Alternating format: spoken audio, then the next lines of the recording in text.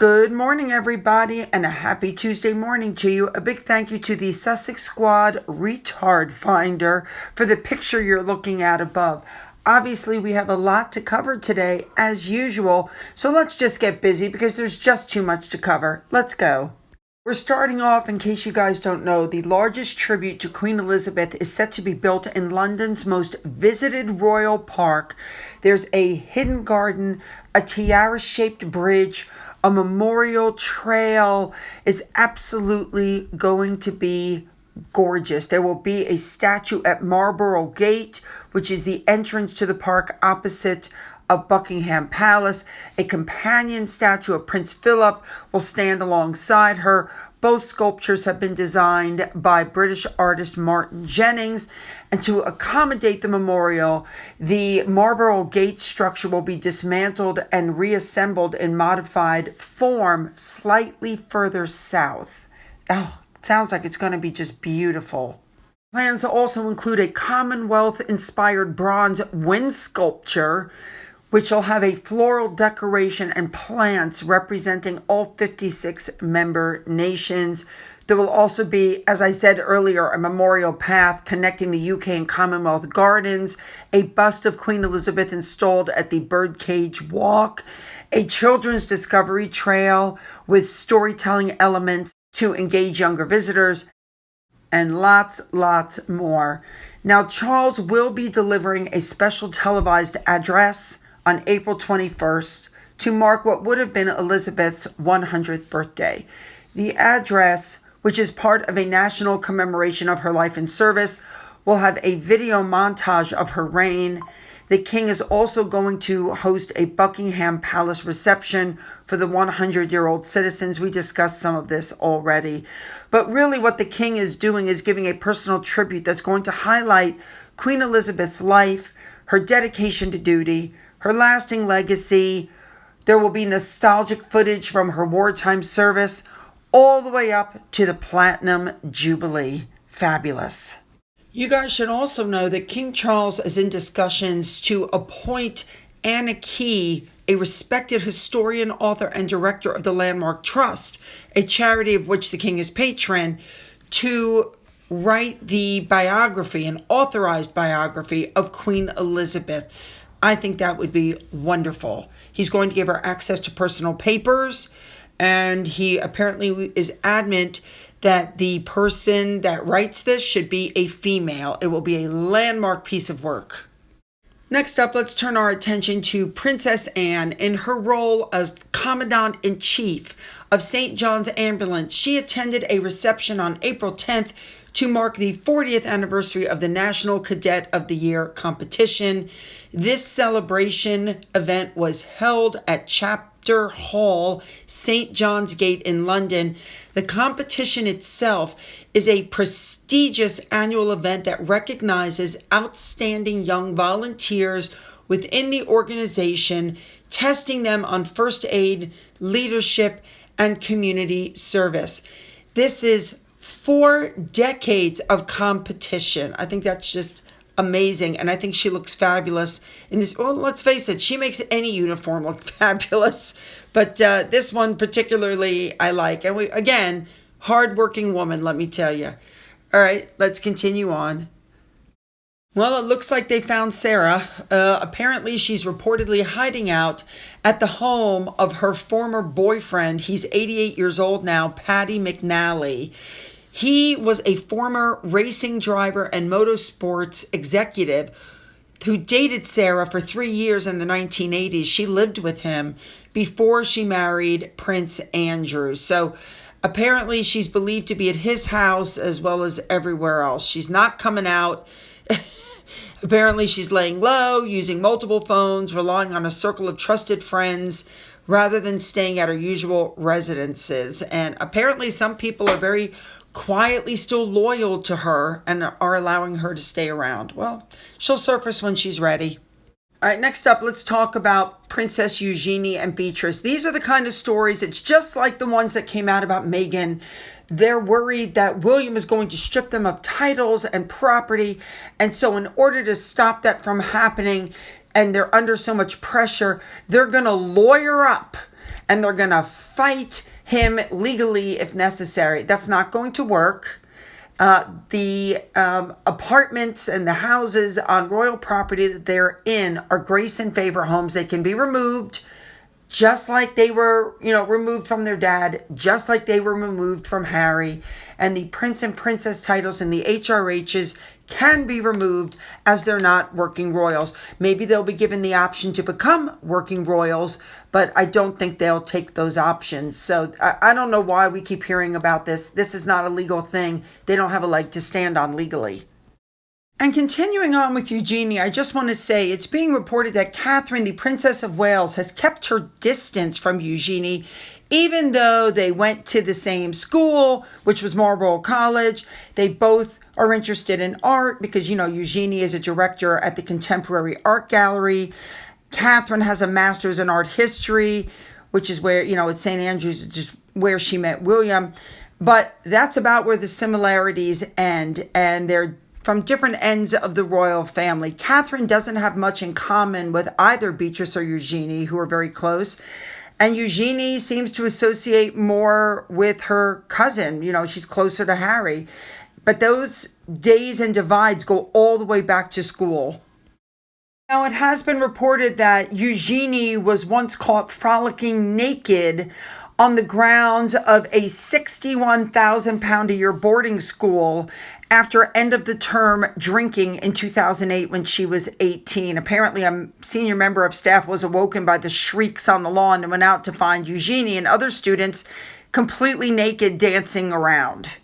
Besides the contrasting personalities, we also heard that Beatrice and Eugenie made Catherine's entrance into the royal family very uncomfortable, with Prince Andrew convincing them that Prince William was marrying below his status and the relationship wouldn't last.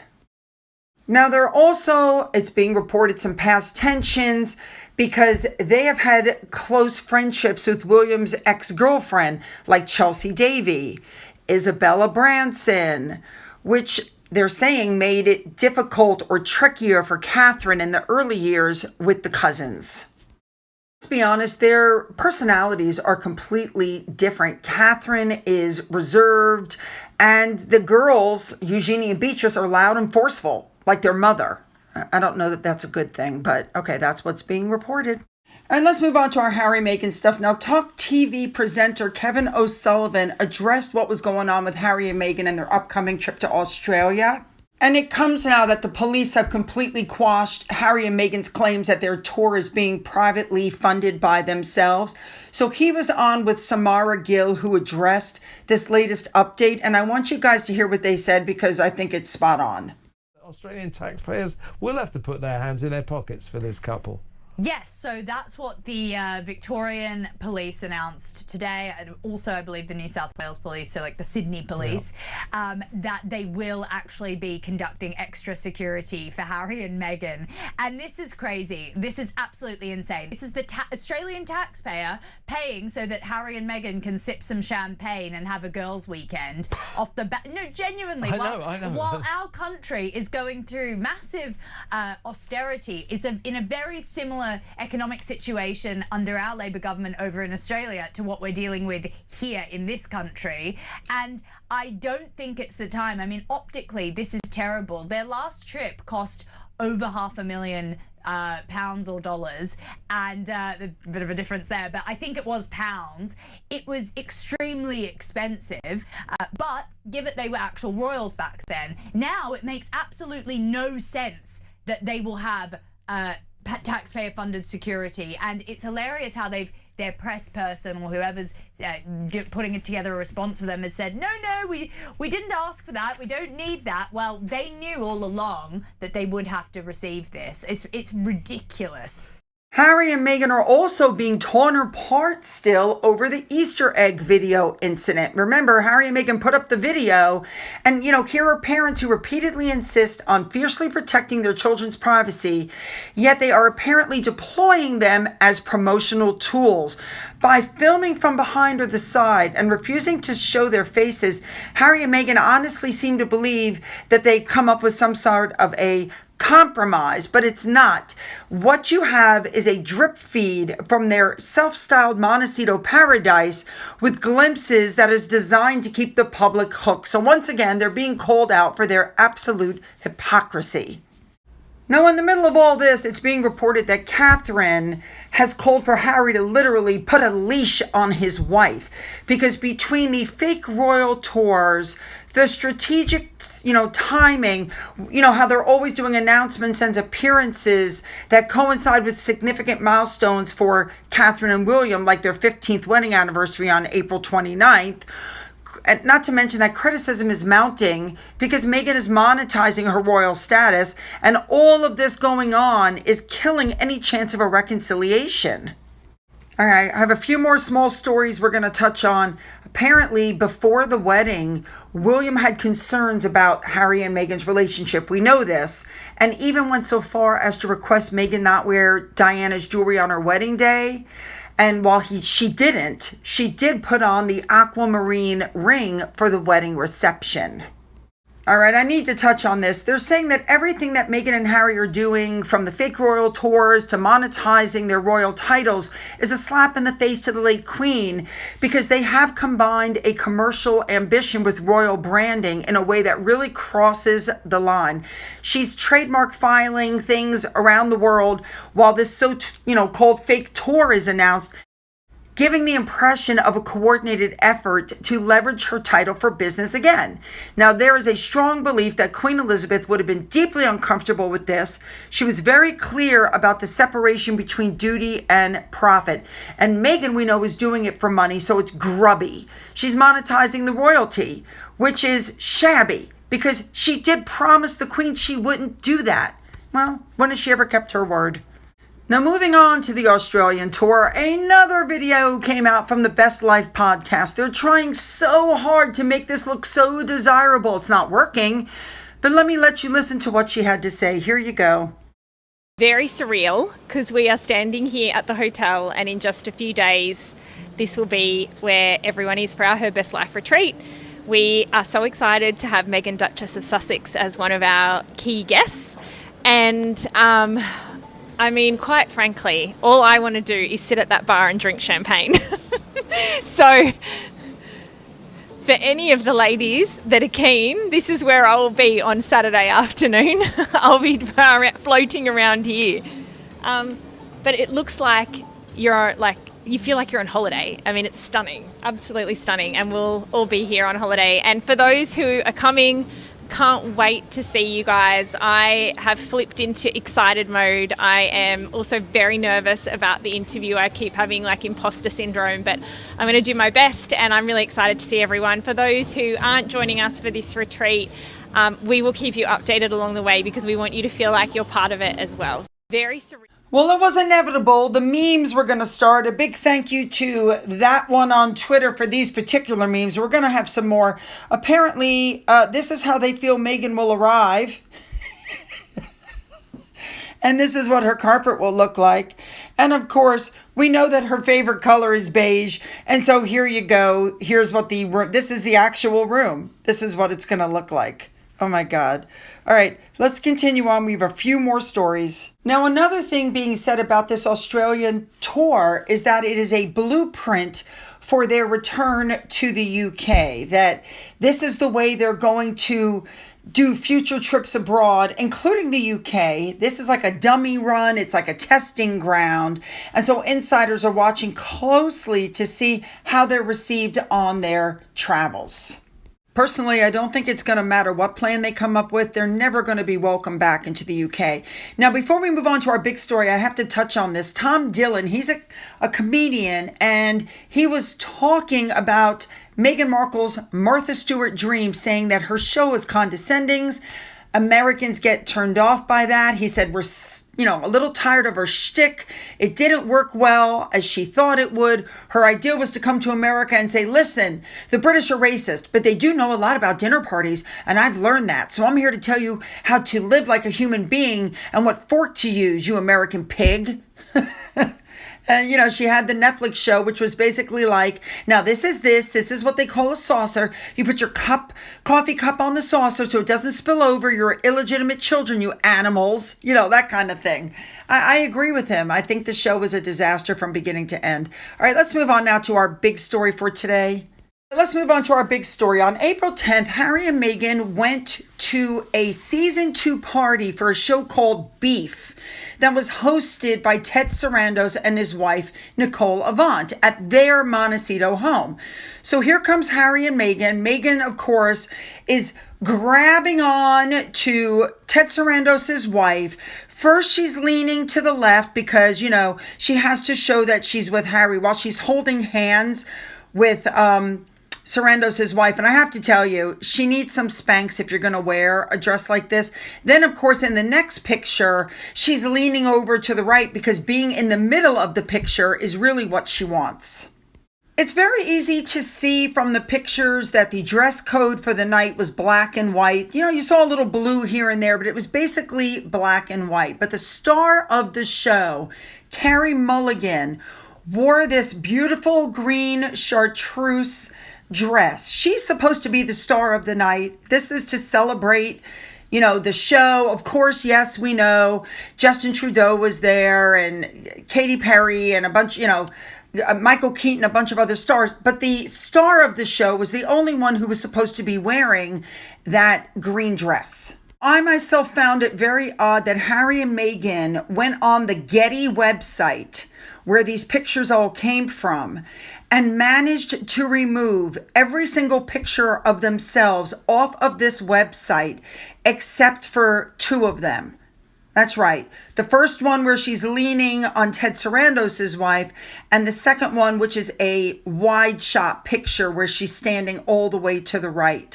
But what I would like to know, again, is how she managed to control Getty putting these pictures out. I believe it's because she promised exclusive to either People Magazine or Us Weekly, and then it got broken when the pictures went up.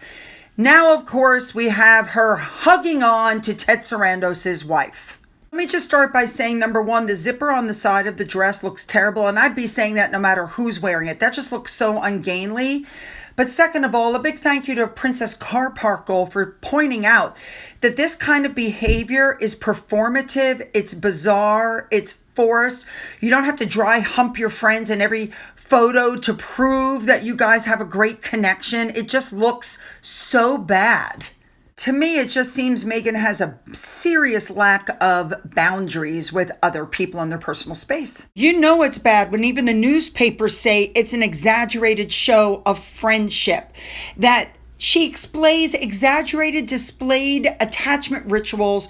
And this is supposed to show people that there's absolutely no beef between her and Netflix. Now, while we don't have them, it's being reported that Harry and Meghan also photobombed a lot of Ted and Nicole Sarandos in front of other people.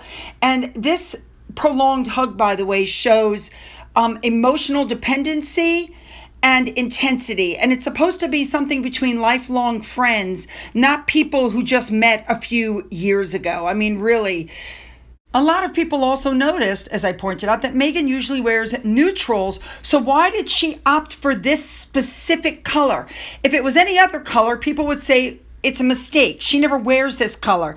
But she just happens to choose this unique color while celebrating somebody else's success and trying to outshine the person whose success she's there to celebrate. Typical Meghan Markle. I do like what the only Duchess on Twitter said, literally, Lady and the Tramp, spot the hell on. I believe Harry and Meghan were invited and these very performative pictures were put out because of all the news that's come out about their partnership and their inability to produce anything. And so Ted Sarandos was like, yeah, you got nothing to do with this party. You have nothing to do with this show. But let's get you in a few pictures to show that nothing's going on. Now, I do have to say, I didn't see Harry in any of these photos. A big thank you to Anna Rod on Twitter that found him literally back from Meghan, stuck against the wall, trying to stay out of the fray. Meghan needs to stop buying outfits that don't enhance her shape. I mean, I hate to say this, but she's like SpongeBob SquarePants. She's very square. She's not like Catherine. Anyway, a big thank you to that one, Kai Lear, the Royal Griff. I hope I haven't forgotten anybody else. There are a lot of memes. Sit back and enjoy.